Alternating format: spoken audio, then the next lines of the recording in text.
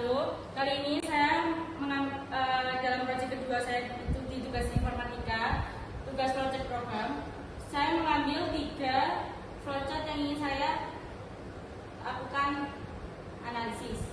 Yang pertama yaitu saya mengambil dari nomor ketiga, yaitu sistem penilaian kelulusan siswa. Dalam sistem penilaian kelulusan siswa, di sini ada sebuah seorang guru yang ingin membuat program sederhana tentang status kelulusannya siswa. Nah, dalam program ini itu dimasukkan 3 pelajaran, yaitu matematika, IPA, dan bahasa Indonesia. Nah, dari 3 materi itu kita disuruh untuk menghitung nilai rata-rata dari 3 mata pelajaran tersebut. Di dalam program ini kita disuruh untuk memeriksa kondisi. Jika nilai rata-rata yang di atas sama dengan 75, maka akan diberi keterangan lulus. Dan jika nilainya di bawah nilai rata-rata yang di bawah 75, maka akan ditampilkan keterangan tidak lulus dan harus melakukan review. Program ini itu menampilkan keterangan lulus dan program berakhir. Lalu untuk proyek kedua saya mengambil dari nomor 4, yaitu sistem penilaian prestasi siswa. Dalam sistem penilaian prestasi siswa, di sebuah sekolah digital itu ingin membuat penilaian prestasi siswa. Dalam penilaian ini ada 3 komponen, yaitu nilai akademik, nilai kedisiplinan, dan nilai keaktifan ekstrakurikuler. Nah, dari nilai-nilai yang tercantum, di sini terlihat ada nilai akademik memiliki 60%, bobot 60%, kemudian kedisiplinan 20%, dan ekstrakurikuler 20%. Setelah nilai akhir dihitung, kita bisa menentukan nilai siswa tersebut. Jika nilai akhirnya 90 ke atas, maka mendapatkan predikat sangat baik. Dan jika mendapatkan nilai 75 hingga 89, maka mendapatkan predikat baik. Dan jika nilainya 60 sampai 74, akan mendapatkan predikat cukup. Dan jika kurang dari 60, mereka akan mendapatkan predikat kurang. Yang terakhir, data yang ingin saya analisis yaitu yang nomor ke-6, yaitu sistem denda perpustakaan digital. Dalam sistem denda perpustakaan digital ini, itu mereka menerapkan aturan denda untuk anggota yang terlambat mengembalikan buku. Denda itu dihitung 1.000 per hari dari keterlambatannya. Jika terlambat lebih dari 7 hari, maka akan ditambahkan denda tetap sebesar 5.000. Jika lebih dari 30 hari, maka keanggotaan anggota akan diblokir. Dan sistem ini dapat menghitung jumlah denda yang dikenakan atau menentukan status keanggotaan berdasarkan jumlah dari keterlambatannya. Di sini saya beri tunjuk flowchart dari masing-masing data yang ingin saya buat. Yang pertama yaitu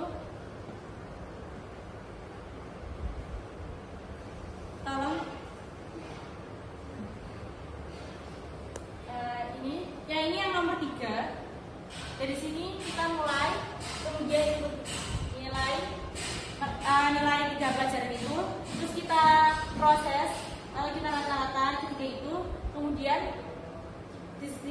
discussion apakah nilai rata-ratanya itu lebih dari 75. Jika iya, maka langsung akan lulus. Jika tidak, akan terdapat output tulisan tidak lulus dan harus melakukan review. Kemudian baru ke arah lulus, kemudian selesai. Yang kedua yaitu saya mengambil nomor 4 pada sistem penilaian prestasi siswa.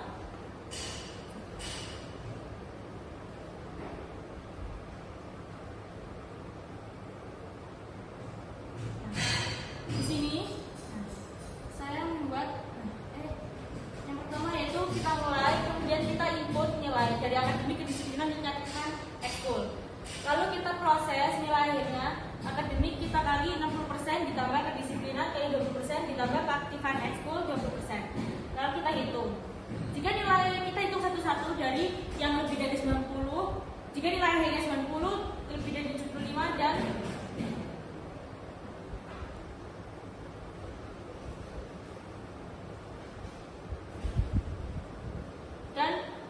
nilai akhirnya 60. Jika nilai akhirnya lebih dari 90, maka akan mendapatkan predikat sangat baik. Jika tidak, langsung berlanjut pada ke sini. Terus hingga mendapatkan nilai akhirnya seperti ini. Jika dia nilainya tidak lebih dari 60, maka akan mendapatkan predikat kurang. Dan dari semua itu akan muncul tampilan predikat setiap siswanya. Lalu selesai. Lalu yang terakhir yaitu yang ketiga, yaitu saya mengambil pada nomor 6. Nomor 6 yaitu nomor 6 ini sistem denda perpustakaan. Nah, di sini kita lihat, kita mulai langsung kita input jumlah hari keterlambatannya.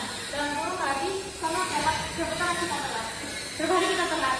Nah, kemudian kita lihat apakah hari keterlambatan ini lebih dari 30. Jika iya, kita langsung masuk ke anggotaan di blokir. Jika tidak, maka kita lihat apakah hari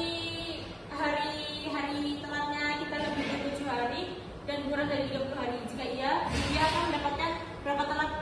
Dan hari telatnya dia dikali 1000 ditambah 5000 karena dia lebih dari 7 hari. Nah, kalau dia kurang dari 7 hari, maka dihitungnya berapa hari dia telat dikali 1000 aja. Lalu jika tidak terjadi ketelatan, maka dia akan bayar normal. Dan lalu output terakhir yaitu tampilan jumlah denda atas keanggotaan. Selesai. Sekian proyek kedua proyek kedua informatika Faustin hari ini. Sekian, wassalamualaikum warahmatullahi wabarakatuh.